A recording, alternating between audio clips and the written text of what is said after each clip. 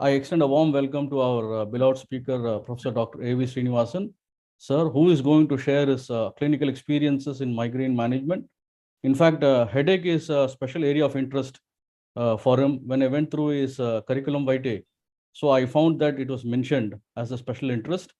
I also take this opportunity to welcome all the distinguished audience who have come in numbers for listening to his thoughts and also his clinical experiences in migraine management. We at Vibronica focus on neurotherapeutic nutrition to improve the treatment outcomes and quality of life of patients. Over a period of time, we have also pioneered in bringing unique, unconventional concepts, yet clinically effective for the betterment of suffering patients. Many more entities are on the pipeline. And in fact, June has been a month which is dedicated for raising the awareness of migraine and headache. And very aptly in the month of June, and exactly on the eve of Migraine Awareness Day, which is going to be on 29th of June, we are having this webinar. So it's a rare coincidence. And with this opening remarks, I also will move on with the speaker introduction. Please enable me to share the screen now.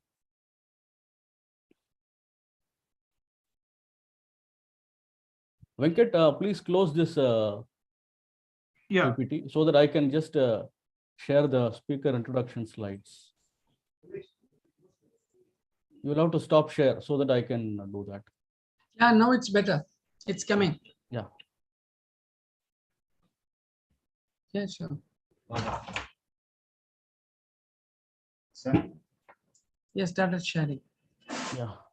Yeah, sure. So it's really a proud privilege and honor to introduce Dr. Professor A.V. Srinivasan, who holds a PhD, DSc, and also a member of distinguished bodies all around the world. His present designation and affiliation is Emeritus Professor of Tamil Nadu, Dr. MGR Medical University.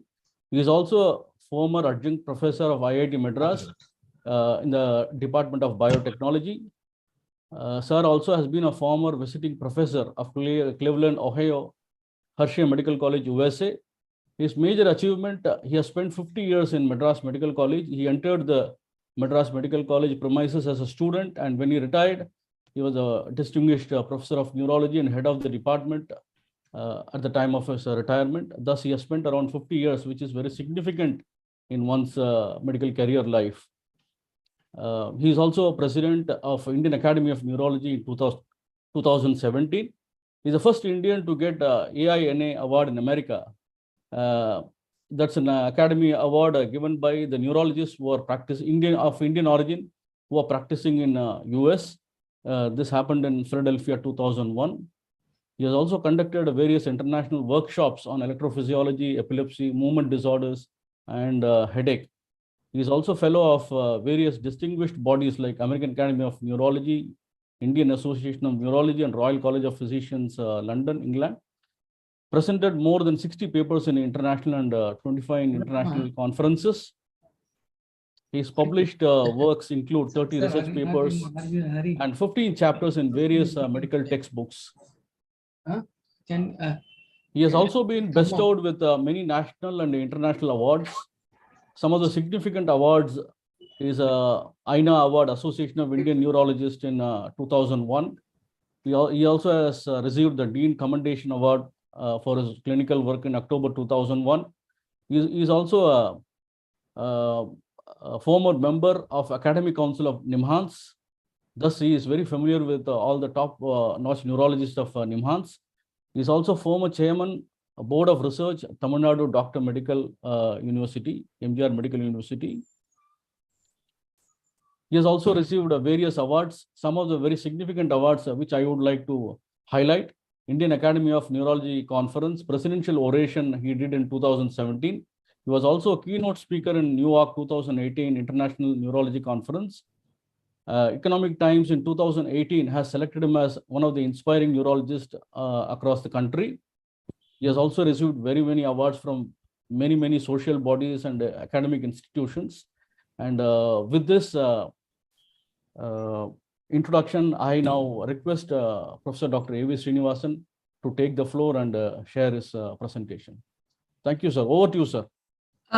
Thank you very much, Professor Shuma Shankar, for giving such nice words to me.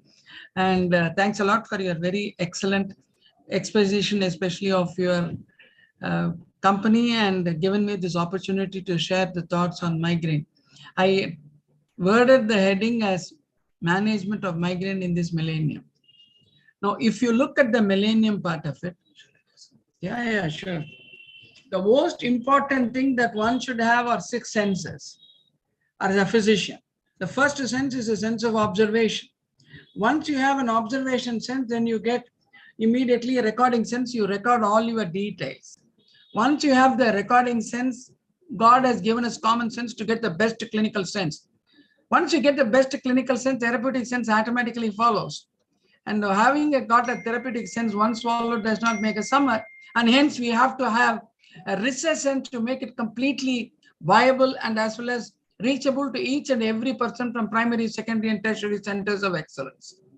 With that small one, that I think we are going to go through the whole picture of the migraine. It's stopping. So you have to share it. Yeah. It's an interesting facet of this particular millennium of migraine, because it is going to be a future also. This is going to be excellent because you're going to manage the headaches. Sorry. Yeah, sure.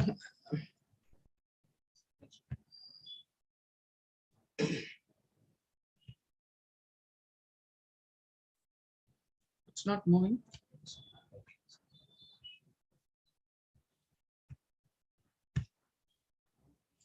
They have to.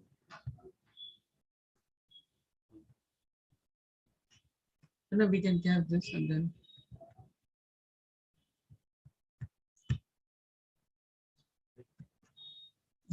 The treating migraine is going to be very interesting. You are able to see one side of the shadow of what is being given to us. The other side of shadow is very, very dark, because migraine is a painful sensation, and pain is coming under the class called awareness. Awareness is beyond science at the present point of time, and you find the whole thing is important. When you look at the common how common is migraine? Of course, it is done in Americans is as 30,000. 20% if you take it, that is women also, and 7% at even male at given point of time. When you start recognizing the migraine, you have to recognize it by the pounding unilateral headache, preceded by visual or other horror, and accompanied by nausea, vomiting, light and sound sensitivity. It is always said that it is given in almost all the textbooks. I'm not going to read. But one thing you remember, that at least 5 attacks of fulfilling this necessary, and the time is going to be 4 to 72 hours. And in children, we have made it as 2 to 48 hours, with at least 2 of the following, namely the pulsatile location quality, and then the unilateral location, moderate and severe intensity, aggravated by activity. And the second component is accompanied by at least any one of the following, namely nausea, vomiting, photophobia, and phonophobia. And there should be no evidence of organic disease. And a migraine with ARA, when you look at it, at least 2 attacks. Migraine without ARA, we have to make it at actually 5 attacks, whereas migraine with ARA, you make it in 2 attacks, at least 3 of the following, which are very, very necessary for that. And no ARA and symptoms should last longer than 1 hour, and headache should strictly follow an accompaniment of ARA. There is no evidence of organic disease even in the case of what I call it as migraine with ARA. When you look at the world prevalence of the migraine, a disorder of the first world, you look at it now, the most important point is in USA, it is about 12%, whereas Denmark, it is 10. Switzerland is the top with 13, and for much more in Italy in 16. Then you have France and Japanese 8 and Chile 8%. 1 year prevalence rates, and then of course you have the population-based studies with IHS criteria. When you look at it, the diagnosis of migraine, we all know that it is very simple. It should be a diagnosis, depends on the patient's history. That is an observation sense that we have already mentioned. And there are no specific tests or clinical markers. Positive diagnosis is if attack history fulfills IHS criteria, and other pointers include family history of migraine, age of onset of less than 45, presence of aura and menstrual association. Organic disease must be excluded in all the cases. So one of the worrisome headaches, the red flags be given synonym like Snoop.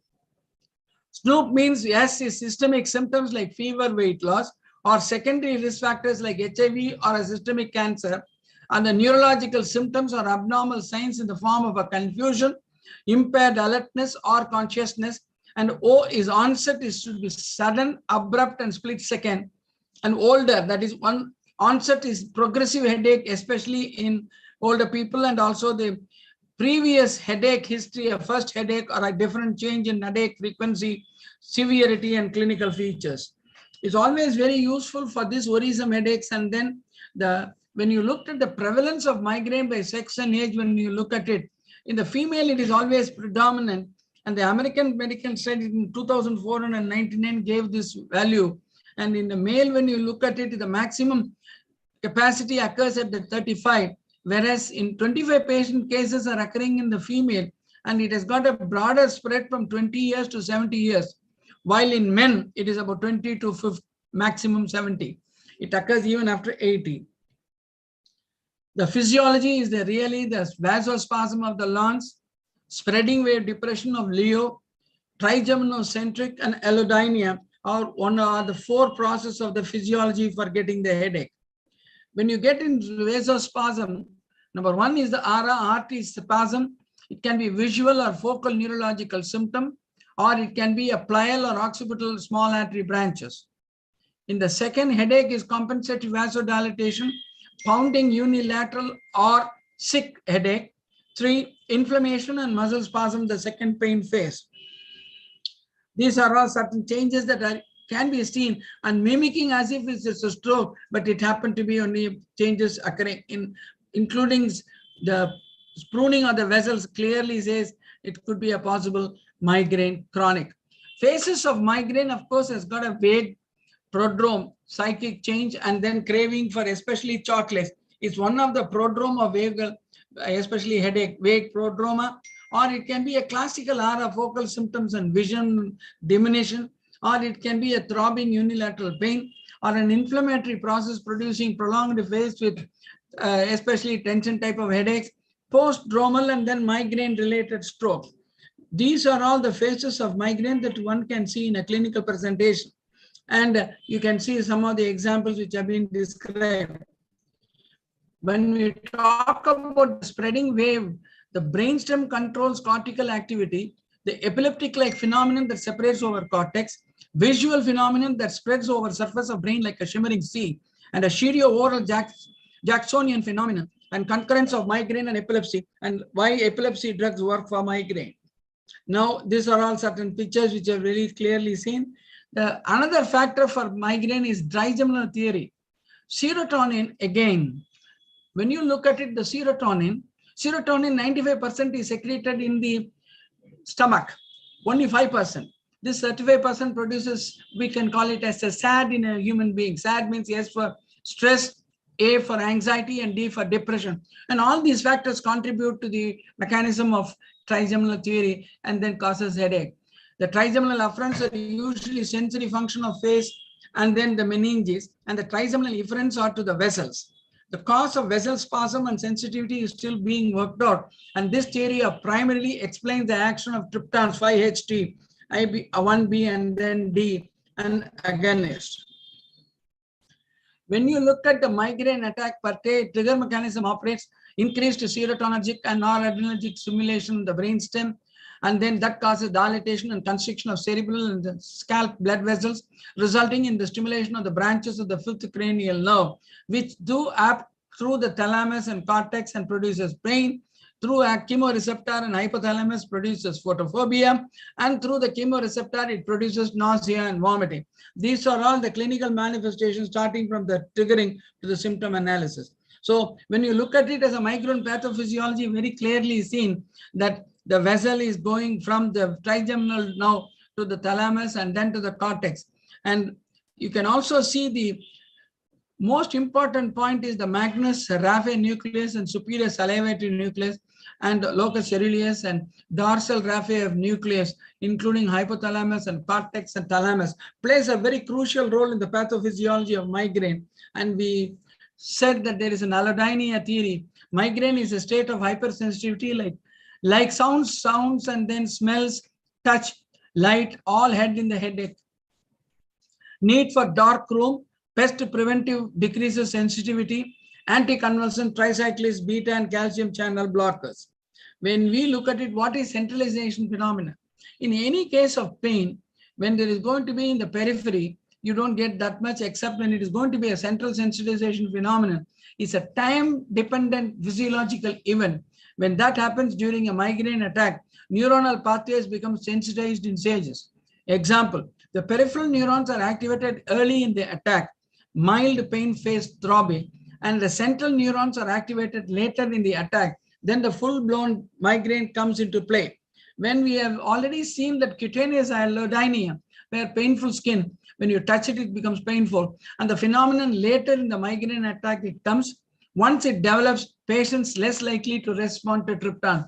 This is a clinical pearl. One should understand that when it develops, that is the cutaneous allodynia, the response to triptan is not good.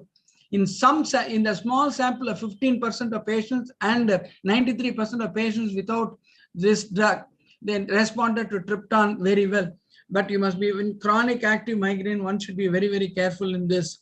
Each of these theories explains some migraine phenomenon. But the migraine phenomenon, when we look at it as a symptom, A, focal and paroxysmal onset of symptoms, B, cystic visual phenomenon, spreading numbness and moving visual phenomenon and sensory distortions, nausea and vomiting, sick and headache, pounding unilateral and bilateral pain, psychic changes, light and sound sensitivity even between the attacks, effectiveness of triptans, effect of anticonvulsants, and the role of serotonin, which we have discussed earlier. Some dicta. Any paroxysmal headache is likely to be migraine unless proven otherwise. Sinus headaches and tension headaches are almost always migraine headaches. First ever severe headache or sudden thunderclap headache may be subarachnoid hemorrhage. And the mechanism of treatment consists of the trigeminal nerve, the inhibition of 5-HT1D or 5-HT1F, or it can just go to the CGRP, triptans, and all the other drugs. And when you look at it, the most important point is neurokinin, and as well as substance P plays a crucial role, and especially the constriction of the blood vessels. And hence one should be aware of this physiological phenomenon. In other words, what are the migraine checklists? You must ask for this caffeine, coffee, soft drink, medicines, sleep, depression, meals, stress, menstrual periods. Please make it a habit to record this in the patient's case sheet so that you know which one is really triggering what. An acute attack, when you want to treat it, you got triptans, which are very useful. Sumatriptan, zolmitriptan, almatriptan, naratriptan, frovatriptan, elitriptan, and rizatriptan. You can use non-steroidal anti-inflammatory drugs, and Flores said you can use Migraine, you can also use other caffeine apparatus, and then the phenacetin and aspirin. Ergot has been successfully tried in cafegot and dihydric, especially the nasal injected, and then the narcotics and the Dipacan. The plea is to listen to patients. Migraine is mixed up with a lot of things. Emotional factor. Second, sleep disturbances. Third, hormonal changes. If you do not address this, you will not be treating your patients. Don't just throw drugs at your patient. Be attentive and empathetic. That is going to really lose. Having got the good history, having got the good attack on the patient's contents of the headache, then how to treat the approach to migraine. This is a very crucial point. Long-term treatment goals for the migraine sufferer: reducing the attack frequency and severity, avoiding escalation of headache medication, educating and enabling the patient to manage the disorder, improving the patient's quality of life. When you look at it, the migraine management, it can be a non-pharmacological management or pharmacological one, where it is an abortive therapy or a preventive therapy. But in the pharmacotherapy, it can be non-specific or specific or preventive therapy. When we look at the migraine abortive therapy, The most important non-specific treatment, when you look at it, it is aspirin 500 to 600. Some people come even up to 300. The oral route, or paracetamol 500 to 4 grams. 4 grams in our Indian subpopulation is very high. When you look at the ibuprofen 200 to 300, once again, ideal in India is 100 to 200. Diclofenac sodium is 50 to 100. Here is 50, is so good. Naproxen is 500 or 750. Once again, in the Western standard.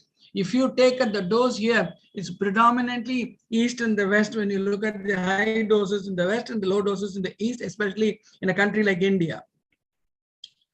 Now, when you look at the specific treatment, ergotamine should be used 1 to 2 milligram per daily per person and maximum 6 milligram. The dihydroergotamine should be 0.75 to 1 milligram subcutaneous. 5-HT receptor agonist is especially the sumatriptan 25 to 300 orally. When it is going to be subcutaneous, it can be used as 6 milligram. Rizatriptan can be used as 10 milligram orally. All of them will give a definite lead. 5-HT, especially 1B, 1D, and 1F agonist, as a class related to non-specific therapy, triptans provide rapid onset of action, high efficacy, favorable side effect with the profile. Adverse events and contraindication, one should be aware of it. And the triptans learn to use 1 or 2 effective medicines. When it comes to triptans, the treatment choices, sumatriptan tablet is 25, 50, and 100. Injection can be a 6 milligram. Nasal spray is 5 and 20 milligram. Almatriptan, of course, the tablet is 6.25 to 12.5. Frovatriptan is about 2.5 milligram. Elytriptan is 20 to 40 milligram. And zolmitriptan tablet is 2.5 to 5 milligram. Nasal spray is 5 milligram. Naratriptan is 1.5. This classification for us to know that, because we need not error on the wrong side, and it's very comfortable doses in which you can be successful. The questions and answers are there differences between the triptans? If one triptan fails, will another triptan work? In terms of practice, yes, it can occur, but the elliptriptan and the Relpax advantages are quick oral absorption, reliable oral absorption, relatively long half-life. Numerous clinical trials were proven to be superior to Imitrex. Gets in fast and stays around, low rebound recurrence rate, works for all migraine phenomena, pain, photosensitivity, and then the nausea. Well, Relpax cautions available only in oral form. CYP324A, CYP4 do not give within 72 hours. Ketonicosol and efimosferone and clarithromycin, ritonavir and navinavir, and other caution with verapamil and erythromycin. Contraindication, all triptans. Suspected coronary artery disease, do not give all triptans. Basilar, hemiplegic, or ophthalmic migraine, do not use the triptans. Uncontrolled hypertension and children less than 50 and more than 65 do not use triptans. And within a day of any other triptans, you'd just stop it. Hypersensitivity to the drug are very important for. The most important thing is the efficacy of the elytriptan, which you can clearly say that sumatriptan is about 100 and elytriptan is 40. Sumatriptan was blind using an encapsulation. Encapsulated sumatriptan was bioequivalent to commercial tablets.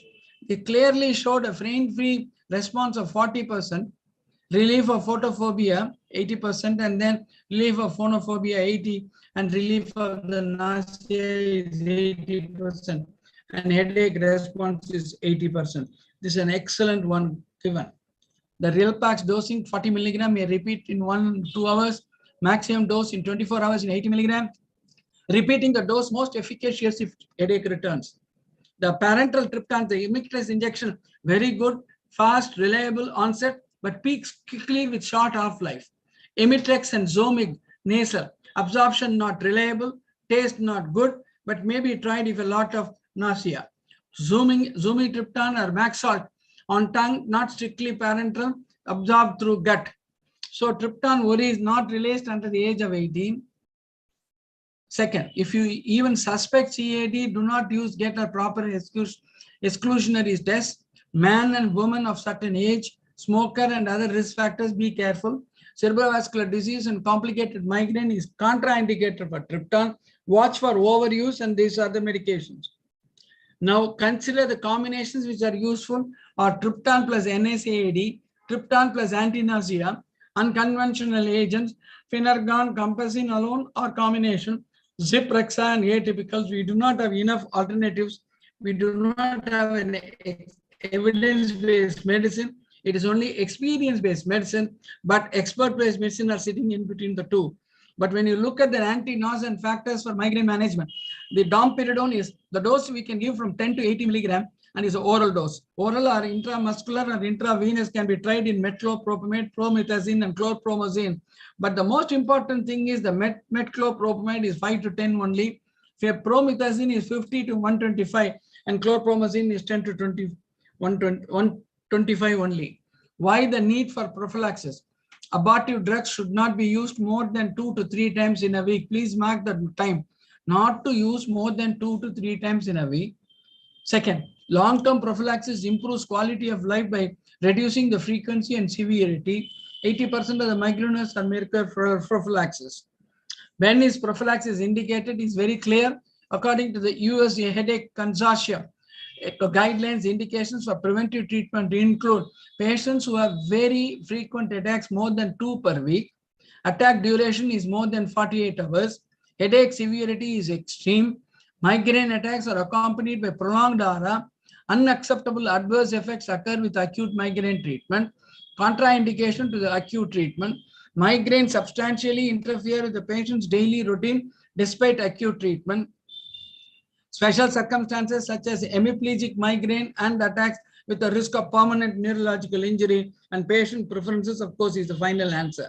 When you look at it, the preventive therapy, we can use beta blocker, propranolol 40 to 320 with a questionable mark when there is a bradycardia or when the patient has got a chronic obstructive disease or Alzheimer, eczema and other, what we can call it as the breathing difficulty, you should not use beta blockers. Calcium channel blockers, flunarizine and verapamil, ideal would be 120 to 480 or 10 to 20 flunarizine. TCA, of course, is a tricyclic antidepressant and is useful migraine is amitriptyline 10 to 20 milligram and SSRI fluoxetine 20 to 60. All of them really contribute like anticonvulsant sodium valproate 600 to 120 and antihistaminic is cyproheptadine 4 to 8 milligrams. It clearly shows that the role of beta blockers in migraine prophylaxis, gold standard in migraine prophylaxis still, established efficacy and safety in migraine prophylaxis, especially preferred in hypertension and anxiety coexist. And ladies and gentlemen, I have just given you a bird's eye view of all the migraines, the necessary, the doses and the drugs that should be taken. And of course, there are new drugs are coming up in the pipeline, which are going to play a very crucial role apart from this triptans and then what we can call it as really an very, very useful Botox injection. Some people have used even what they call it as the vagal nerve stimulation can be very useful, but all these things require an evidence-based medicine for us to prove it. Ladies and gentlemen, my talk is dedicated to my own family for making everything worthwhile in this field, and particularly all the people who have got interest in the headache. Please read not to contradict or confute, but not to believe or take it for granted. Please weigh and consider my thoughts that I have expressed in you. Thank you very much. Now it's open for discussion.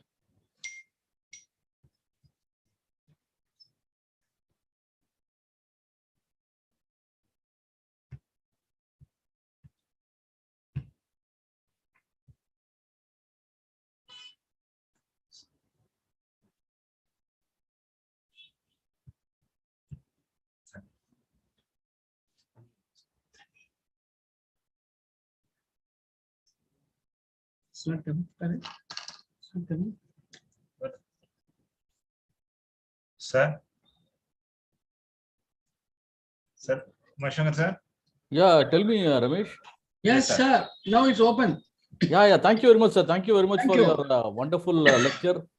It was like one flow of a river in a spade, a torrential one in half an hour time, doctor. Yeah, thank you. Thank you. We are just awaiting questions, sir, from audience. Oh, fine.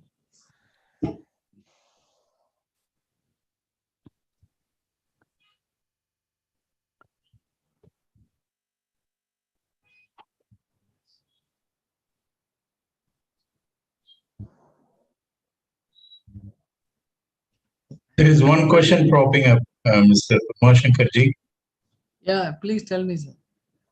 One of the doctor wants to know what about the role of magnesium, sir?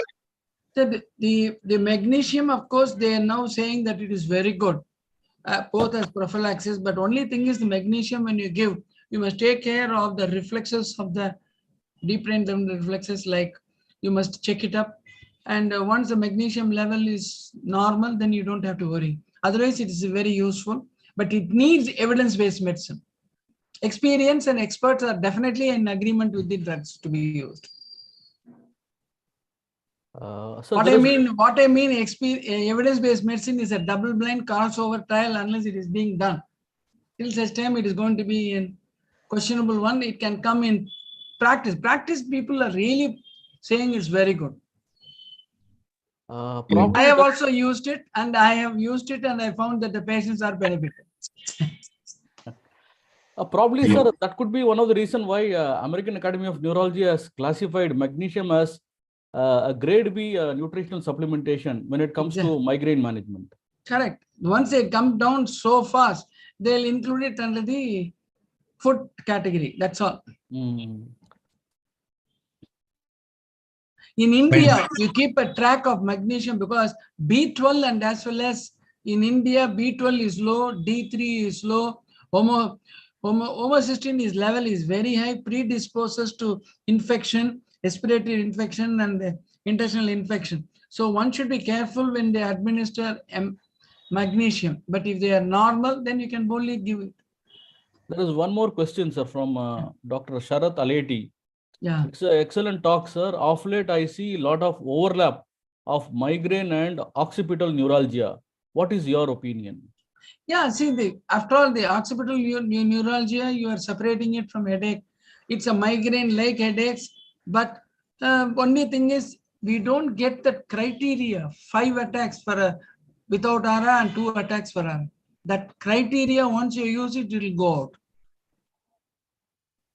But if you are asking as a single episode, it can mimic a migraine. It can present as a headache in the back.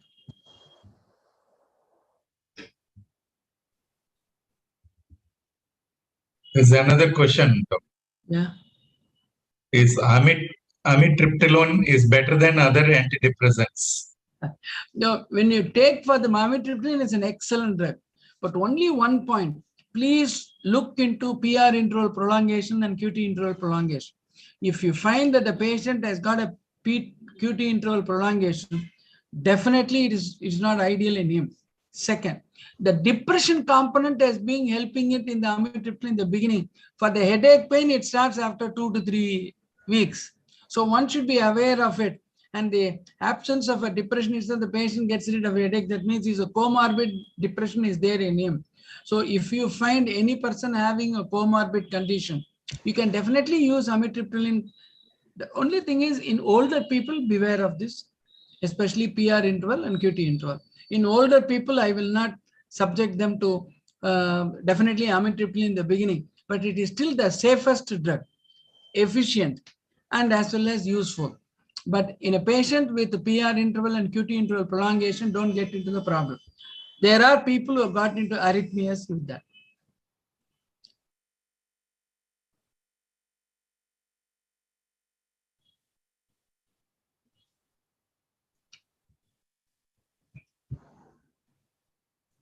Yeah, doctor says thanks to you.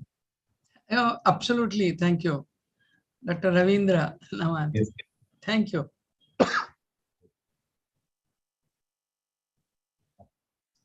Apparently, there are no other questions. Yeah, sure. Yeah, Mr. Douglas. Yeah. Yes, sir. Over to you for a vote of thanks. Good evening, everyone. I thank the speaker, the professor and senior consultant neurologist, Dr. A.V. Srinivasan, for sharing his wonderful thoughts and knowledge to the audience on migraine management in the new millennium. Even his busy schedule, he accepted to present his talk. And we hope this will help you in your day-to-day practice to treat migraine in a better way. Thank you very much, doctor, for your No, valuable. thank you very much, Douglas. Thank you very much for all your other gestures that you have given to me. Thank you. Thank you, And sir. Thank you. And I thank our GM, Mr. Jyoti Kumar, Mr. Uma Shankar, and our DGM, Mr. Vyas, and my team for their support. I thank all the audience for your active participation in this webinar. Once again, I thank everyone and I remain. Thank you. Good night. Thank you all, sir. Good night, sir. Thank you. Dhanyavad. Thank you. Dhanyavad. Dhanyavad, sir. Thank you. Thank you, sir.